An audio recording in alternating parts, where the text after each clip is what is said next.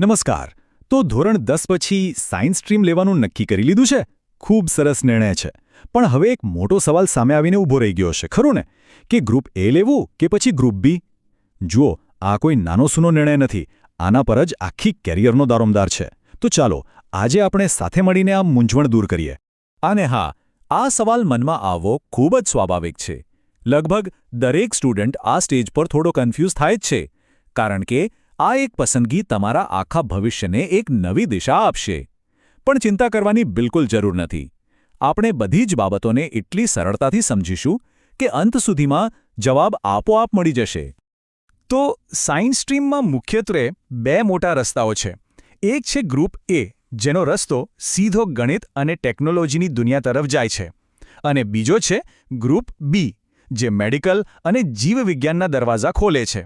ચાલો, એક પછી એક બંને રસ્તા પર ચાલીને જોઈએ કે કયો રસ્તો ક્યાં પહોંચાડે છે. ચાલો, તો સૌથી પહેલાં આપણે સફર શરૂ કરીએ ગ્રુપ એથી. જો મશીનો કેવી રીતે કામ કરે છે, કોમ્પ્યુટરમાં કોડિંગ કેવી રીતે થાય છે, કે પછી નવી ટેકનોલોજી કેવી રીતે બને છે, એ બધામાં રસ પડતો હોય તો સમજી લો કે આ વિભાગ તમારા માટે જ છે. તો કોના માટે છે આ ગ્રુપ એ? એકદમ સિમ્પલ છે.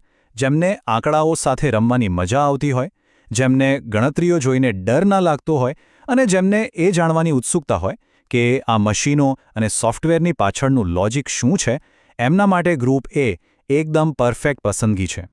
હવે આ ગ્રુપના છે ને 3 મેઇન પિલર્સ છે. ફિઝિક્સ એટલે કે ભૌતિક વિજ્ઞાન, કેમિસ્ટ્રી એટલે કે રસાયણ વિજ્ઞાન, અને આ ગ્રુપનો હીરો એટલે કે ગણિત. અહીં ગણિત પરની પકડ સૌથી વધુ જરૂરી છે. એન્જિનિયરિંગના મોટા પ્રોબ્લેમ સોલ્વ કરવાનો પાયો જ ગણિત છે. અને હવે સવાલ એ થાય કે આ બધું ભણ્યા પછી કરી શું શકાય? અરે, વિકલ્પોની કોઈ કમી જ નથી. તમે એક કોમ્પ્યુટર એન્જિનિયર બની શકો છો, મિકેનિકલ એન્જિનિયર બની શકો છો, મોટા બ્રિજ અને બિલ્ડિંગ્સ બનાવનાર સિવિલ એન્જિનિયર બની શકો છો. એટલું જ નહીં, દેશ સેવા માટે ડિફેન્સમાં પણ જોડાઈ શકો છો. ચાલો, હવે ગ્રુપ એની ટેકનોલોજીની દુનિયામાંથી બહાર આવીને આપણે ગ્રુપ બી તરફ જઈએ. જો કોઈને માનવ શરીરની રચના સમજવામાં, જીવજંતુઓ અને વનસ્પતિઓ વિશે જાણવામાં અને ખાસ તો લોકોની સેવા કરવામાં રસ હોય તો આ રસ્તો બિલકુલ તમારા માટે છે. શું ક્યારે એવો વિચાર આવ્યો છે કે આપણું શરીર આખરે કામ કેવી રીતે કરે છે? કે પછી બીમાર લોકોની મદદ કરીને એમના ચહેરા પર સ્મિત લાવવાની ઈચ્છા થાય છે? જો તમારો જવાબ હા હોય તો સમજી લો કે ગ્રુપ બી તમને બોલાવી રહ્યું છે. યાદ છે ગ્રુપ એમાં ગણિત કિંગ હતું? બસ એવી જ રીતે અહીંયા ગ્રુપ બીમાં જીવવિજ્ઞાન એટલે કે બાયોલોજી મેઇન છે. એની સાથે ભૌતિક વિજ્ઞાન અને રસાયણ વિજ્ઞાનનું નોલેજ તમને મેડિકલ ફિલ્ડનું ઊંડાણપૂર્વકની સમજ માટે તૈયાર કરે છે. ઘણા લોકોને એવું લાગે છે કે ગ્રુપ બી લીધું એટલે બસ ડૉક્ટર જ બનવાનું, પણ ના, એવું બિલકુલ નથી. હા, MBBS કે BDS કરીને ડૉક્ટર કે ડેન્ટિસ્ટ તો બની જ શકાય છે, પણ એ સિવાય નર્સિંગ, ફિઝિયોથેરાપી, પશુઓના ડૉક્ટર અને ખેતીવાડી જેવા અઢળક ક્ષેત્રોમાં પણ શાનદાર કરિયર બનાવી શકાય છે.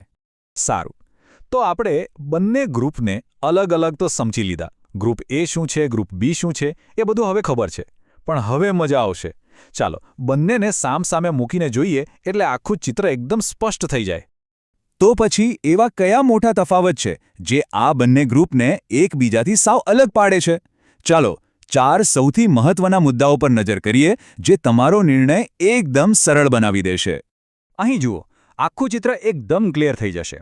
ગ્રુપ એ, એનો મુખ્ય વિષય છે ગણિત. એનો રસ્તો જાય છે એન્જિનિયરિંગ અને ટેકનોલોજી તરફ, અને એના માટે GUG-SET અને JEE જેવી પરીક્ષાઓ આપવી પડે. બીજી બાજુ ગ્રુપ બી, એનો હીરો છે બાયોલોજી. એનો રસ્તો મેડિકલ અને હેલ્થકેર તરફ જાય છે, અને એના માટે GUG-SET અને NEET જેવી પરીક્ષાઓ છે. બસ આટલું જ સમજવાનું છે. ઓકે, બધી વાત બરાબર. ગ્રુપ એ શું છે, ગ્રુપ બી શું છે, બધું સમજાઈ ગયું. પણ આમાંથી આપણા માટે કયું ગ્રુપ બેસ્ટ છે એ કેવી રીતે નક્કી કરવું? આ સૌથી મોટો સવાલ છે. તો ચાલો, એનો પણ એક સરળ રસ્તો શોધી કાઢીએ. બસ આ 3 સિમ્પલ સ્ટેપ્સ ફોલો કરવાના છે. સૌથી પહેલાં શાંતિથી પોતાની જાતને પૂછો કે મને સાચે જ શેમાં મજા આવે છે, ગણિતમાં કે જીવવિજ્ઞાનમાં?